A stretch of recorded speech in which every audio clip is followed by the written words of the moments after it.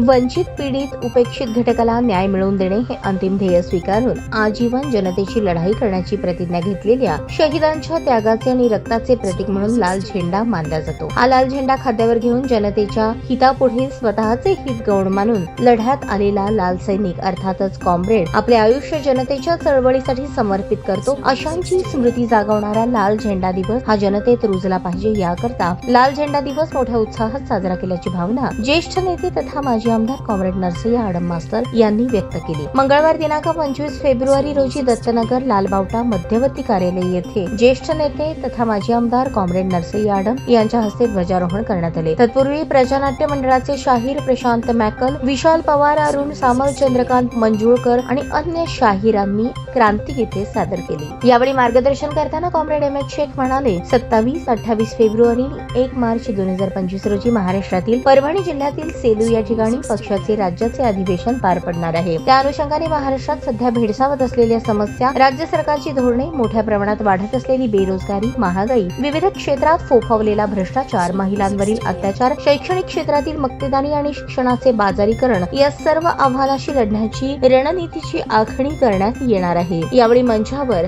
Naseema Shaikh, Nalini Kalaburagi, Shevanta Deshmukh, Venkatesh Kongari, Rangappa Reddy, advocate Anil वासन यांची उपस्थिती होती। सदर कार्यक्रम यशस्वी करण्यासाठी विल्यम ससाणे, मुरलीधर सुंचू, बापू साबळे, बाबू कोकणे, अकिल शेख, इलियास सिद्दीकी, दाऊद शेख, नरेश दुगाणे, दीपक निकंबे, अशोक बल्ला, सनी शेट्टी, श्रीनिवास मेहत्रे, दत्ता चव्हाण, शकुंतला पाणीभाते, लिंगबा सोलापुरे, मल्लेशम कारंपुरी, वीरेंद्र पद्मा, बाळकृष्ण मल्ल्याळ, विजय हरसुरे, अभिजित निकंबे यांची उपस्थिती होती।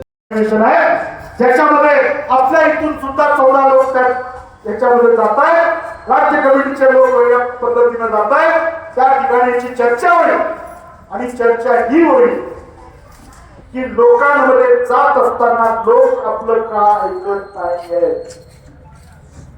का आपण जनतेमध्ये परिवर्तन करत नाहीये, 3 आमदाराचं 1 आमदार काय झालं, काय चुका आपण करतोय, काय अंदाज आपण मानतोय, दिवसेंदिवस काय आपली मतं कमी होत आहे आणि काय जनता आपला ऐकण्याऐवजी सरकारच्या थोटांना बळी पडते आणि ती किती दिवस पडते आणि आपला कार्यकर्ता काय करतोय याबद्दलचा विचार विनिमय त्या ठिकाणी होणार आहे। आणि येत्या काळामध्ये खरंच काही दिवस खोटं चालत असतं। या देशामध्ये हा देश संविधानाप्रमाणे चाललं पाहिजे, हा देश कायद्याचं असलं पाहिजे, हे राज्य संविधानाप्रमाणे चाललं पाहिजे। या ठिकाणी कोणालाही भेदभाव करता येणार नाही, या ठिकाणी कोणालाही जातीमध्ये तेढ निर्माण करता येणार नाही। आपल्या अंगाचं एखादा अवयव जर अपंग झालं तर संपूर्ण अंग जे आहे ते विकृत होऊन जातं। या देशामध्ये राहणारा प्रत्येक घटक हा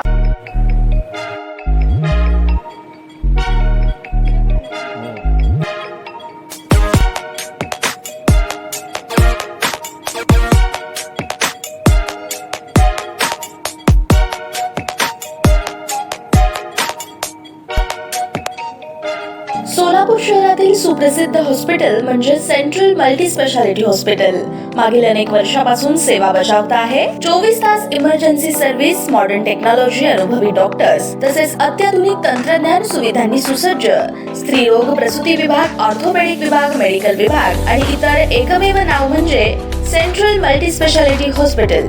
पत्ता गणेशपेठ शॉपिंग सेंटर, मंगळवार बाजार, सोलापूर। ताज्या बातम्या पाहण्यासाठी प्राईम महाराष्ट्र न्यूज चॅनलला सबस्क्राईब करा।